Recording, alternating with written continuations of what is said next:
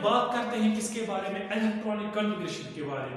आज मैं आपको सिखाऊंगा इस वीडियो में कि किसी भी एलिमेंट की इलेक्ट्रॉनिक कॉन्फ़िगरेशन किस तरह निकालते हैं, चाहे उसका एटॉमिक नंबर कुछ भी हो, उसका एटॉमिक नंबर 100 हो, उसका एटॉमिक नंबर 110 हो, आप किस तरह 1 मिनट में किसी भी एलिमेंट की इलेक्ट्रॉनिक कॉन्फ़िगरेशन कर सकते हैं with the help of this shortcut, my shortcut. ठीक है ना।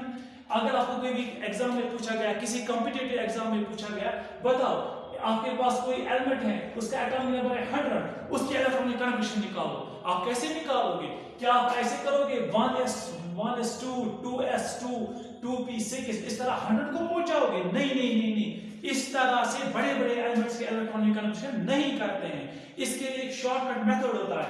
ऐसा शॉर्टकट मेथड मैं आज आपको सिखाने जा रहा हूं जिसकी मदद से आप किसी भी एलिमेंट की electronic configuration with in 1 minute निकाल सकते हैं।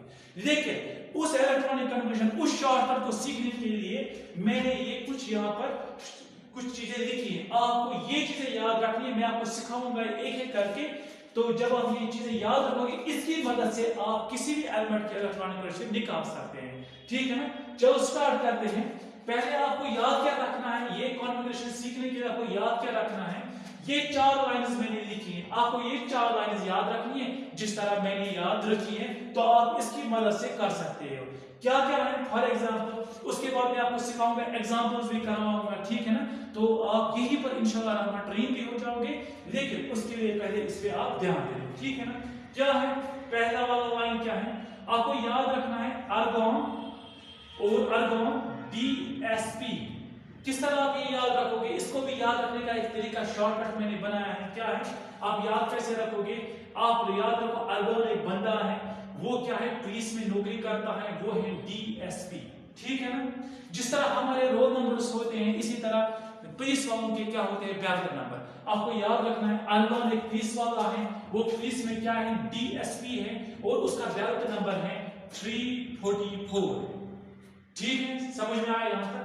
जब आप याद रखोगे तो इसकी मदद से आप कहां तक इलेक्ट्रॉनिक कॉन्फ़िगरेशन निकाल सकते हैं। आप देखो आर्गोन में 18 इलेक्ट्रॉन्स तो फिर आ गए। ठीक है ना।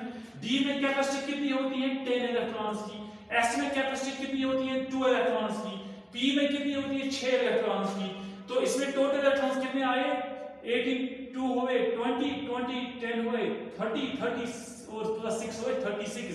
इसका मतलब कोई भी वो एलिमेंट जिसका एटॉमिक नंबर आ जाएगा 18 से लेकर 36 तक, 18 से लेकर 36 तक, उसकी इलेक्ट्रॉनिक कॉन्फ़िगरेशन इस स्ट्रक्चर से हो जाएगी। कैसे?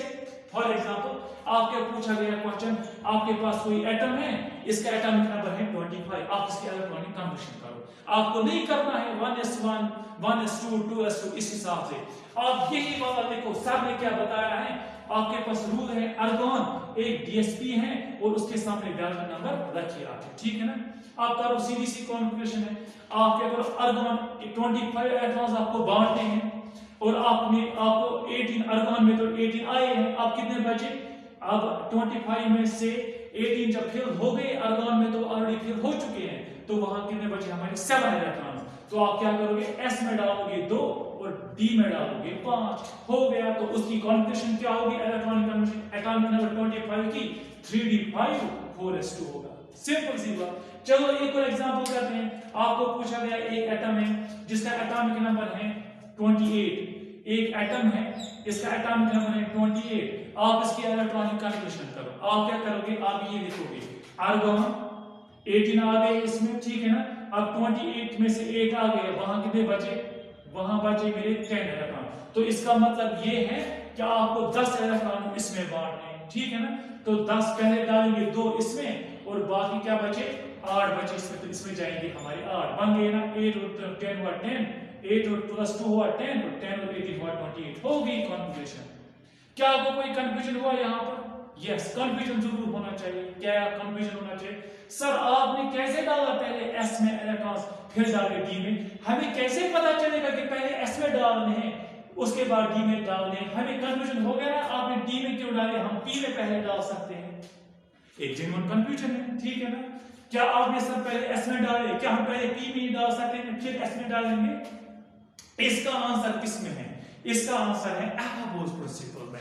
एफ क्या बोलता है, वो बोलता है n प्लस एल, आपने पढ़ा होगा, वो बोलता है जिस सब शेल का n प्लस एल वैल्यू ज्यादा आता है वो होता है हाई एनर्जी पे, जिसका n प्लस एल वैल्यू कम आता है, वैल्यू जो सम होके वो कम आता है तो उसका वैल्यू होता है कम, वो होता है लो एनर्जी पे। सर हम कैसे निकालेंगे n प्लस एल वैल्यू, कैसे निकालेंगे, इसके लिए भी एक शॉर्टकट है निकालने के लिए। फॉर एग्जांपल ये जो, इसके लिए आपको ये पहले याद रखना, ये जो ये सामने वाले नंबर्स होते हैं ना 3 4 4, इनको कहते हैं n वैल्यूज। क्या कहते हैं, इनको कहते हैं n वैल्यूज। समझ में आई बात, किनको कहते हैं n वैल्यूज, जैसे मैंने यहाँ पर लिखा है, इसके सामने 4 है, इसके सामने 5 है, इसके सामने 6 है, इसके सामने भी क्या है 6 है। इन वैल्यूज को क्या बोलते हैं, इनको बोलते हैं n वैल्यूज। तो याद रखा आपने, इनको बोलते हैं n वैल्यूज। तो n का वैल्यू आपको पता चल गया, ठीक है ना। अब एक एक करके हम इनका कैलकुलेट करेंगे। अब l वैल्यूज क्यों बोलेंगे, अब ये जो ये d होता है ना, s होता है, p होता है या ये f होता है, इनके जो वैल्यूज होते हैं ना उनको बोलते हैं l वैल्यूज। सर वो कहां से निकालेंगे, ऐसे आपको याद रखना, इसमें l इज इक्वल, इस तरह आपको लिखना l इज इक्वल 0 1 2 3 4। अब s 0 के नीचे लिखना है s, इसके नीचे लिखना p, इसके नीचे लिखना है d, इसके नीचे f, इसके नीचे लिखना है g। इसका मतलब l का वैल्यू है 0 s के लिए, l का वैल्यू 1 है p के लिए, l का वैल्यू 2 है d के लिए, l का वैल्यू 3 है f के लिए। समझ में आया। अब जरा हम इस पे निकालते हैं n प्लस l वैल्यू। जरा देखें इस 3d का n प्लस l कितना आएगा, इसका n कितना है 3 और l का वैल्यू कितना है, यहां से निकाला 2, तो इसका n प्लस l वैल्यू कितना आया हमारे पास 5, ठीक है। अब जरा इसका निकालते हैं, इसका n कितना है 4 और इसका l की वैल्यू कितना है s का कितना होता है 0, वो कितना आया हमारे पास 4 ही आया, ठीक है ना। अब जरा इसका निकालते हैं n प्लस l, इससे n है इसका 4 और l कितना इसका 1, वो कितना आया 5 आया। तो कितने वैल्यूज निकले हमें, इसके लिए निकला 5, इसके लिए निकला 4 और इस 4 के लिए निकला 5। तो सबसे कम n प्लस l वैल्यू किसका, 4s का, इसलिए मैंने डाली इसी में पहले इलेक्ट्रॉन्स, क्योंकि एफाबोस बोलता है, एफाबोस प्रिंसिपल बोलता है जिसका n प्लस l वैल्यू कम होता है उसकी एनर्जी सबसे कम होती है, और हमें उसी में इलेक्ट्रॉन पहले डालने होते हैं जिसकी एनर्जी कम होती है, ठीक है ना। तो किसमें आएंगे पहले, अप टू 4s में हमने इलेक्ट्रॉन डाला। अब सर यहाँ पर कंफ्यूजन हो गया, क्या कंफ्यूजन हो गया, कंफ्यूजन हो गया सर इसका भी तो n प्लस l वैल्यू 5 है, इसका भी तो आया n प्लस l वैल्यू 5, अब तो ये दोनों का सेम आ गया, अब कैसे पता लगाएंगे किसका वैल्यू कम है और किसका वैल्यू ज्यादा है। उसके लिए भी एफाबोस का दूसरा स्टेटमेंट क्या, उसने बोला जब आपको दो सब शेल्स का n plus l value same आएगा तो आप क्या करो, आप देखो उसका n वैल्यू, आप नजर डालो इसके n वैल्यूज पे, इनके n वैल्यूज पे, जिसका n वैल्यू कम होगा वही होगा लो एनर्जी वाला, जिसका n वैल्यू ज्यादा होगा वो होगा हाई एनर्जी पे। अब हम देखेंगे इसमें n वैल्यू कितना है 3, इसमें n वैल्यू कितना है 4, तो इसका n वैल्यू है कम, इसीलिए 3d होगा लो एनर्जी वाला, 4 भी होगा हाई एनर्जी वाला, इसलिए हम इसके बाद इलेक्ट्रॉन डालेंगे 3d में, जब 3d भी फिल हो जाएगा फिर जाएंगे हम किस पे 4p पे। समझ में आया, अच्छे से आया। जरा आप खुद एक प्रॉब्लम करो, आपके पास एक एटम है, एटॉमिक नंबर उसका है 29, जरा आप खुद करो, वीडियो को पॉज करके और इसके इलेक्ट्रॉनिक कन्वर्शन करो। समझ में आया। अब आप क्या उसका प्रिंसिपल वो रूल मैंने यहाँ पर लिखा है, आप इसको याद भी कर सकते हो। Subshell having lower n plus l value और low energies, subshell having more value of n plus l is high energy subshell, वो होगा high energy subshell, ठीक है ना। ये तो होगा, अब यहां तक तो आपको समझ में आ गया। ये तो होगा कहां तक, इस स्ट्रक्चर से आप किन की इलेक्ट्रॉनिक कंट्रीब्यूशन कर सकते हो, जिनका एटॉमिक नंबर आ जाएगा 18 से लेकर 36 तक। अब बाकियों के लिए क्या करेंगे, बाकियों के लिए ये वाले स्ट्रक्चर्स लगेंगे, इसमें भी इसी तरह याद रखो। जिस तरह ये क्रिप्टॉन है, क्रिप्टॉन भी मानो, जिस तरह हमने माना ये आर्गन क्या है DSP है, याद रखने का तरीका बता रहा हूं, शॉर्टकट बता रहा हूं, जिस तरह आपको याद रहेगा भूलोगे नहीं, ठीक है ना। जिस तरह ये आर्गन है हमारा क्या है पुलिस वाला, ये क्या है DSP है, इसका बैटल नंबर क्या है 344 है। अब DSP का फ्रेंड कौन होगा, DSP होगा ना। अब SP का फ्रेंड भी होगा SP, स्टूडेंट का फ्रेंड होगा स्टूडेंट। आप मानो इस आर्गन का फ्रेंड है कौन सा है, क्रिप्टॉन है इसका फ्रेंड, ठीक है ना। एक क्रिप्टॉन जब ये डीएसपी था तो क्रिप्टॉन भी डीएसपी होगा, डीएसपी होगा। अब दो स्टूडेंट्स का रोल नंबर तो सेम नहीं होता है, तो इसी तरह दो डीएसपी का बैच नंबर भी सेम नहीं होगा, इसीलिए इस डीएसपी का बैच नंबर है 455। याद रखने का तरीका समझ में आया। तो यहां पर जो नंबर्स लगते हैं प्रिंसिपल क्वांटम नंबर्स, वो क्या है 455। क्लियर बात यहां तक। अब देखो इस वाले स्ट्रक्चर से आप कहां तक इलेक्ट्रॉनिक कन्फर्मेशन कर सकते हो। इसमें कितने आते हैं, डी में मैक्सिमम 10 इलेक्ट्रॉन्स, एस में कितने आते हैं 2, पी में कितने आते हैं 6, तो टोटल कितना हुआ 36 प्लस 10 प्लस 2 प्लस 6, वो आता है 54 इलेक्ट्रॉन्स। तो 36 से लेकर 54 तक जो भी एलिमेंट्स होंगे ना, उनके इलेक्ट्रॉनिक कन्फर्मेशन आप इस स्ट्रक्चर से कर सकते हो। समझ में आया, अच्छे से आया। चलो एक प्रॉब्लम करते हैं इस पे, तो आपको एक अच्छे से ये समझ में आ जाएगा। चलो जैसे मेरे पास है एक एटम है, इसका एटॉमिक नंबर है 40। क्या है 40। आप कैसे करोगे इलेक्ट्रॉनिक कन्फर्मेशन, साथ ही बताया 36 से लेकर 40 54 तक जो भी एलिमेंट्स आएंगे इस स्ट्रक्चर से हो जाएंगे।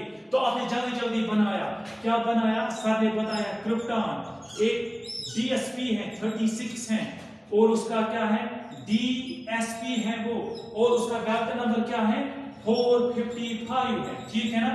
अब 36 इलेक्ट्रॉन्स आए, हमें 40 डाल, अब कितने बचे 4 बचे। अब पहले किसमें डालेंगे, वही n+l, कंफ्यूज मत होना, जो n+l यहां पर लगाया वही n+l यहां निकालो, और देखो सबसे लो एनर्जी ऑर्बिटल कौन सा है, सबशेल कौन सा है, उसमें डालो, और जब आप करोगे इसमें आएगा 4 + 2, 4 का वैल्यू n का वैल्यू 4 और l का वैल्यू 2, इसमें आएगा n का वैल्यू 5 और s का वैल्यू 0, इसमें आएगा n का वैल्यू 5 और l का वैल्यू 1, तो वो कितना निकला है 4 + 2 कितना हुआ 6, इसमें कितना आया 5, इसमें कितना आया 6, तो सबसे लो एनर्जी वाला कौन 5s, ठीक है, समझ में आया।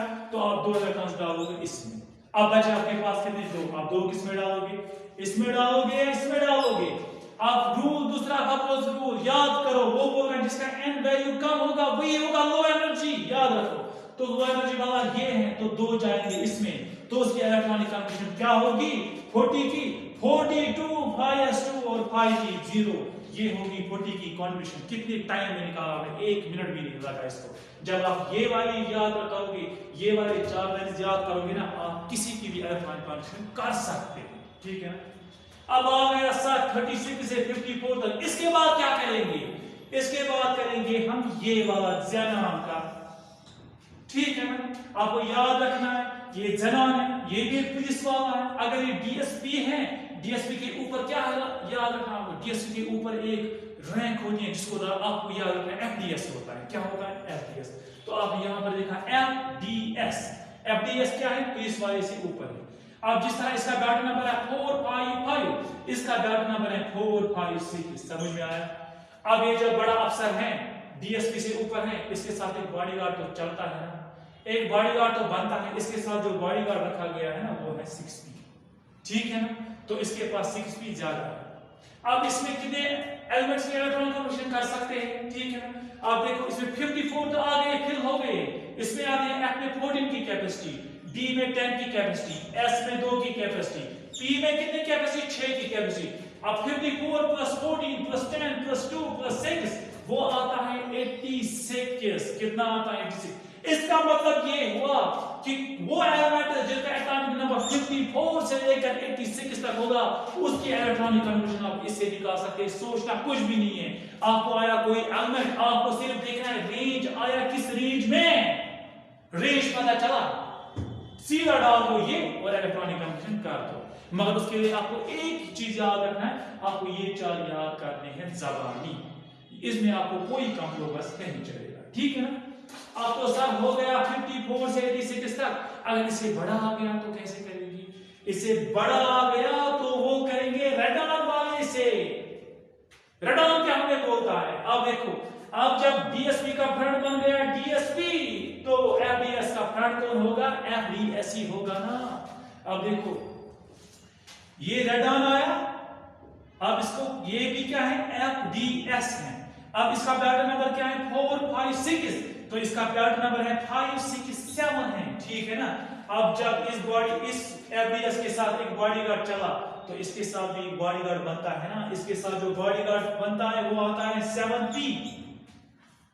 अब इसमें आते हैं 86 इलेक्ट्रॉन फिल हो गए, इसमें आते हैं 14 प्लस 40 प्लस 10 प्लस 2 प्लस 6, वो आते हैं 118। इसका मतलब आपके पास वो एलिमेंट है जिसका एटॉमिक नंबर 86 से 118 तक सारे एलिमेंट्स कवर हो गए, उनकी इलेक्ट्रॉनिक कन्फर्मेशन आप इस स्ट्रक्चर से कर सकते हैं, ठीक है ना। अब कोई भी देखो, हर किसी में ये रूल फॉलो होता है। एटॉमिक नंबर 18 से लेकर एटॉमिक नंबर 118 तक कोई भी एलिमेंट लाओ, इनसे इलेक्ट्रॉनिक कन्वर्जन करो, आप कर सकते हो, आपको निकल आएगी इलेक्ट्रॉनिक, और वो भी सही सही सही। अब सिर्फ आपको एक चीज याद रखना है, कुछ एलिमेंट्स होते हैं जिनकी एक्सेप्शनल इलेक्ट्रॉनिक कन्फर्मेशन होती है, वो 4-5 होते हैं, बस वो चीजें आपको याद रखनी है। उसमें भी एक रूल वो भी हो जाएगा पहले इन्हीं से, फिर इलेक्ट्रॉन ट्रांसफर होता है उधर इधर, बस उसमें आपको एक पॉइंट याद रखना है, तो आप उसकी इलेक्ट्रॉनिक कन्वर्जन कर सकते हैं। वो कौन कौन सा है? एक तो है क्रोमियम का एटॉमिक नंबर 24, और दूसरा है हमारा ये है कॉपर एटॉमिक नंबर 29 है। इसी तरह हमारा है क्रोमियम के नीचे आता है हमारा, क्रोमियम के नीचे जो एलिमेंट्स आते हैं और कॉपर के नीचे जो एलिमेंट्स आते हैं, ठीक है ना, उनकी इलेक्ट्रॉनिक कन्वर्जन में आप ध्यान रखें। और आता है हमारा गैडोलियम Gd एटॉमिक नंबर 64। आप क्रोमियम के नीचे जो आएंगे वो, कॉपर के नीचे जो आएंगे वो, और गैडोलियम, इनके इलेक्ट्रॉनिक कन्वर्जन, इनमें आपको क्या होता है, इनमें क्या होता है, इनमें एक रूल ये लागू होता है, उसको आप ध्यान रखो। फॉर एग्जांपल मैं इसका सिखाता हूं 24 और 29 का, वही हो जाएगा 64 में, वही हो जाएगा सब में, ठीक है ना। अब क्रोमियम का एटॉमिक नंबर कितना है बता दो, क्रोमियम का एटॉमिक नंबर कितना है? इसका एटॉमिक नंबर है 24। क्रोमियम एटॉमिक नंबर है 24। इसी स्ट्रक्चर से पहले इलेक्ट्रॉनिक कन्वर्जन हो जाएगी, ठीक है। एटॉमिक नंबर है 24 इसका। अब क्या करोगे, पहले 18 आ गई आर्गन, ठीक है, आगे फिर अब 24 से 18 आप कितने बचे? 6। अब एस में आ जाएंगे 2 और 4 आ जाएंगे किसमें? डी में, तो इसकी कॉन्फिगरेशन नॉर्मल यही बन जाएगी, ठीक है ना। बस यहां तक आपको करना है कि इन वाले एलिमेंट्स में। उसके बाद रूल बोलता है कि full-field and half-field orbitals have extra stability. वो वाले ऑर्बिटल्स जो फुल-फिल होते हैं या हाफ-फिल होते हैं, उनमें क्या होती है? एक्स्ट्रा स्टेबिलिटी होती है। वहां पर क्या होता है आप देखो, डी हमारा जो डी है इसमें 5 ऑर्बिटल्स है, 1 2 3 4, 5 ऑर्बिटल, इसमें 4 इलेक्ट्रॉन, 1 2 3 4, एक इसमें एम्प्टी। अब हमारा एस क्या है, ठीक है ना, ये फुल है, ठीक है ना, पी में हमारा कोई इलेक्ट्रॉन नहीं। वहां पर क्या होता है, अगर ये इलेक्ट्रॉन आ जाएगा यहां पर, तो ये बन जाएगा कंप्लीटली हाफ फिल, ये भी बन गया क्या? कंप्लीटली हाफ फिल, तो इसमें आ जाती है एक्स्ट्रा स्टेबिलिटी, तो ये बन जाता है स्टेबल बन जाता है। तो ये वाली कॉम्बिनेशन से, तो वहां पर क्या होता है, अब एस में से एक इलेक्ट्रॉन निकला, यहां बचा एक ही, वो गया डी में आए 5, तो इसकी कॉम्बिनेशन क्या बन जाती है? 3d5 और s1। बस इतना याद रखना। सिर्फ क्या करना, आप इसी तरह क्रोमियम कॉपर में भी एक इलेक्ट्रॉन एस से प्रमोट करना है, पहुंचाना है डी में, ठीक है ना। इसी तरह गैडोलियम में भी एफ में से एक इलेक्ट्रॉन निकालना है, पहुंचाना है डी में, बस मसला खत्म। आप इसी रूल से आपने इनका भी किया, एस में से निकाल के इन दोनों में एस से निकाल के डी में डाला, इसमें से एफ से निकाल के डी में डाला, तो आपने वही बाकियों में भी करना। वो जो क्रोमियम के नीचे आते हैं, कॉपर के नीचे जो क्रोमियम के नीचे 2 आते हैं वो आप खुद करना, और कॉपर के नीचे 2 आते हैं वो 2 करना, 2 2 कितने हुए? 4 5 6 और 7, बस इन 7 एलिमेंट्स का होता है उधर इधर, बाकी जो भी बचे उनका कॉन्फ़िगरेशन हो जाएगा इस स्ट्रक्चर से, ठीक है ना। अगर आपको वीडियो अच्छी लगी हो तो लाइक करना, शेयर करना और एक कमेंट करना। Thank you very much.